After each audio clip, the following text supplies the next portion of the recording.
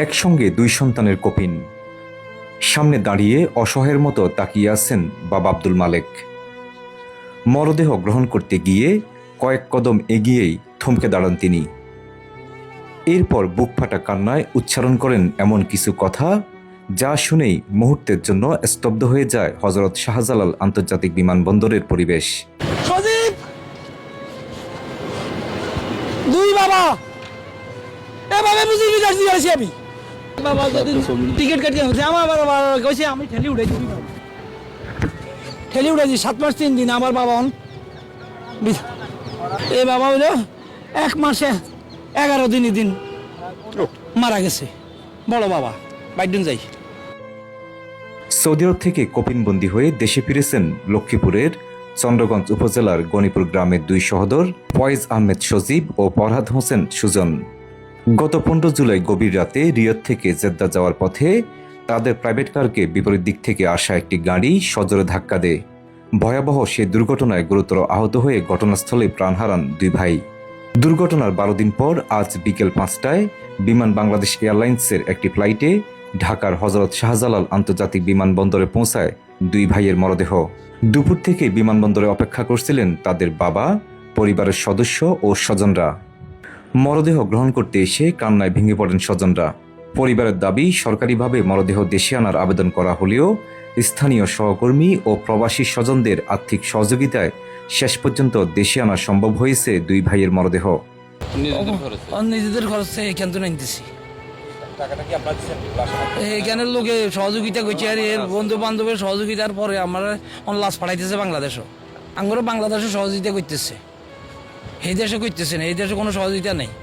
এই দেশে আমাদের যে গাড়ির লগে যে মারি দিচ্ছে সেই গাড়িরও ডেমারি দিতে হয়েছে।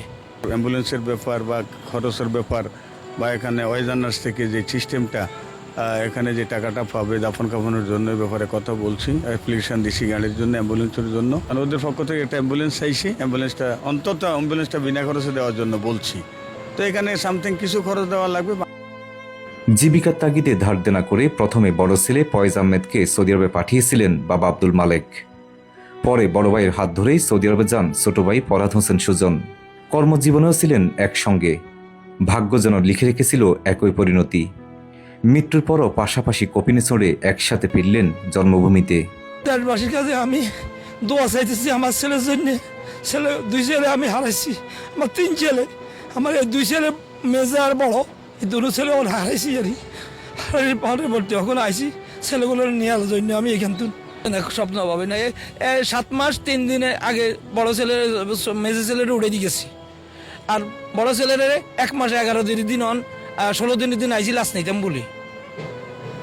বড় ছেলে 1 মাসে 11 দিন মারা গেছে, সেখানে যাই। দুটা ছেলে এক গাড়িতে মারা গেছে। বিমানবন্দরের আনুষ্ঠানিকতা শেষে সন্ধ্যা 6টার দিকে মরদেহ বহনকারী গাড়ি লক্ষ্মীপুরের উদ্দেশ্যে রওনা দেয়। সেখানে শেষবারের মতো প্রিয় দুই সন্তানকে দেখতে অপেক্ষায় রয়েছেন তাদের মা, একমাত্র বোন, ফয়েজের স্ত্রী সন্তান ও অসংখ্য স্বজন। আমাদের 10 নম্বর চন্দ্রগঞ্জ ইউনিয়ন গণিপুর গ্রামে কামারহাট বাজারে ওর 10:30 থেকে 11টার ভিতরে জানা যায় হবে আর। আগামীকাল সকাল 10টায় কামারহাট কেন্দ্রীয় ঈদগাহ মাঠে জানাজা শেষে পারিবারিক কবরস্থানে পাশাপাশি কবরে চিরনিদ্রায় শায়িত করা হবে দুই সহোদরকে। সাইফুল রাজীব, প্রবাস নিউজ 24, ঢাকা।